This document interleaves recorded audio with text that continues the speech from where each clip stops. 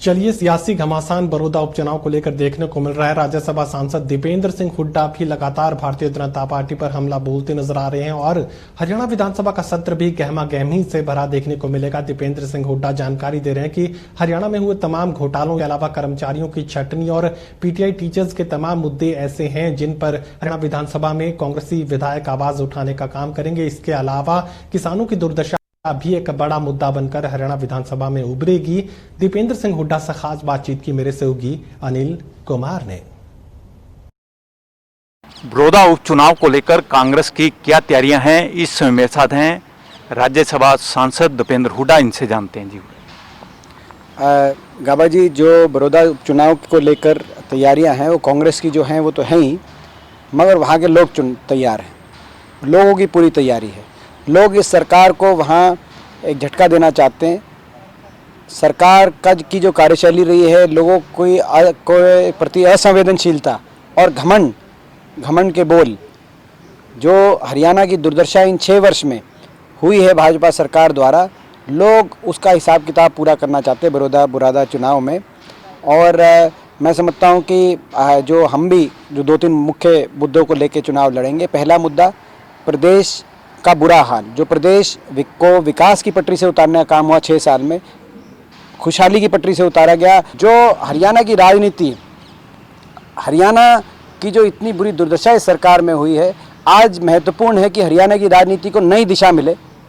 हरियाणा की राजनीति को नई दिशा देने का काम बड़ौदा उपचुनाव का नतीजा करेगा। मेरा मानना है निश्चित तौर से बड़ा आशीर्वाद हमारे दल को वहाँ से मिलेगा और जिस दिन नतीजा आएगा उसी दिन से इस सरकार की उल्टी गिनती शुरू हो जाएगी। दीपेंद्र जी, जिस तरह भी आपने कहा है कि बड़ौदा उपचुनाव के नतीजे के बाद सरकार की उल्टी गिनती शुरू हो जाएगी, लेकिन हरियाणा के कृषि मंत्री कह रहे हैं कि बड़ौदा उपचुनाव के नतीजे के बाद कांग्रेस जैसे दूसरे राज्यों में छोड़ के भाग रहे हैं विधायक, उस तरह हरियाणा में भी विधायक छोड़ के भाग जाएंगे। देखिए, भाजपा कहने को तो कुछ भी कह सकती है। भाजपा के मंत्री बहुत बड़े बातें कहेंगे, लोक लुभावनी बातें कहेंगे कि हम आसमान भी दिखाएंगे और चांद सितारे भी दिखाएंगे बड़ौदा वासियों को, ये सब कर जाएंगे, मगर उनकी बात पे कौन विश्वास करेगा। उन्होंने यही बातें जींद में कही थी। जींद में उपचुनाव आज से 2 साल पहले था। कहा था कि जींद को ट्रांसफॉर्म कर देंगे, विकास की तरफ बढ़ा देंगे। क्या कारण है कि 2 साल उस उपचुनाव को हो गए, उसी जींद में एक ईंट तक भी इस सरकार ने लगाने का काम नहीं किया। दीपेंद्र जी, हरियाणा विधानसभा का सत्र आ रहा है, इस सत्र में कांग्रेस किन मुद्दों को उठाएगी? देखिए, मैं समझता हूं कि आज प्रदेश में कई ज्वलंत मुद्दे हैं जिनकी आवश्यकता है कि विपक्ष उनको जोरदार तरीके से उठाए।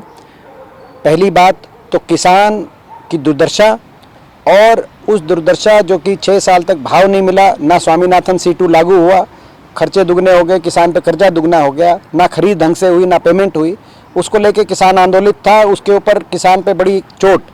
ये अध्यादेश 3 अध्यादेश जो बैकडोर से आए, बिना संसद के बहस के आए, जिन अध्यादेशों के माध्यम से सरकार किसान का न्यूनतम समर्थन मूल्य का अधिकार छीनने की तरफ सरकार ने कदम बढ़ाया है और प्राइवेट बड़ी कंपनियों को इसमें खरीद के सिस्टम में पूरी तरह से शामिल करते हुए सरकारी खरीद से कदम पीछे हटाने की तैयारी की जा रही है। मंडी सिस्टम को कमज़ोर करने की तैयारी करी जा रही है। ये एक बड़ा मुद्दा है। इसको लेकर देश का किसान और हमारे प्रदेश का किसान सड़कों पर निकला था स्वतंत्रता दिवस के अवसर पर। आपने देखा, जिसको इस सरकार के प्रतिनिधियों ने कहा कि ये देशद्रोही हैं जो किसान प्रोटेस्ट कर रहे हैं, तो ये घमंड है। और अध्यादेश और किसानों की बात हम प्रमुखता से उठाएंगे। दूसरा मुद्दा जो घोटाले, जिस समय पूरा देश, पूरी दुनिया, मानवता कोरोना वैश्विक महामारी से लड़ाई लड़ रहे थे, हमने भी सरकार को पूर्ण समर्थन दिया था कि राजनीति का समय नहीं है, सारे देश सारी दुनिया साथ है, आप कोरोना से लड़ाई निपटिए। उस समय कैसी नीयत होगी सत्ता की कुर्सियों पर बैठे हुए लोगों की हरियाणा सरकार में कि उस समय भी कुछ लोग बाज नहीं आए और कोरोना से दुखी लोगों को भी लूटने के लिए शराब घोटाले, रजिस्ट्री घोटाले के माध्यम से उनको भी लूटने की प्लानिंग हुई, उनको लूटा गया। हजारों करोड़ के घोटालों को अंजाम इस सरकार ने दिया गया। तो अब सरकार को उन घोटालों पे जवाब देना पड़ेगा। तो ये महत्वपूर्ण मुद्दा है। एक पीटीआई का महत्वपूर्ण मुद्दा है। जिस तरीके से पीटीआई में राजनीतिक दृष्टिकोण से पीटीआई अध्यापकों को देखते हुए सरकार उनको बहाल नहीं कर रही, वो एक निंदनीय है।